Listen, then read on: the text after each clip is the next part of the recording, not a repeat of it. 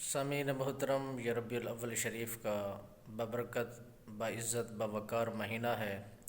اس کے اندر جو میلاد مناتے ہیں ان پہ اعتراضات بھی کیے جاتے ہیں۔ وہ کہتے ہیں کہ یہ کسی بیوہ کی خدمت کی جائے، کسی بے سہاروں کی خدمت کی جائے۔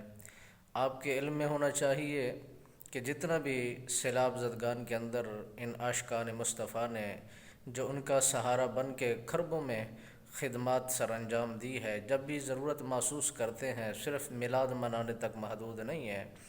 جہاں ان کا بس چلتا ہے تو وہاں تک یہ رسائی کرتے ہیں، حضور کے دیوانے ہیں، حضور کے مستانے ہیں، اور لوگوں کی امداد بھی کرتے ہیں، لوگوں کا سہارا بھی بنتے ہیں، لوگوں کے لیے مدد بھی کرتے ہیں۔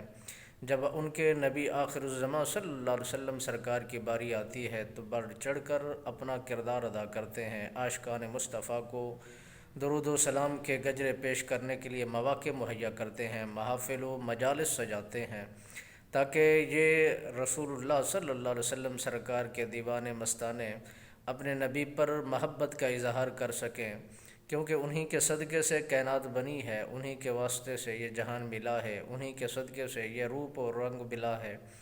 اگر وہ نہ ہوتے تو یہ کائنات نہ ہوتی، یہ جہان نہ ہوتا۔ تو میرے نبی کا میلاد اور میرے نبی کا جشن خوب منایا جائے، کیونکہ ساری اولاد کی خاطر تو ہم جشن مناتے ہیں، خوب کرتے ہیں، تیاریاں کرتے ہیں، گھروں کو سجاتے ہیں۔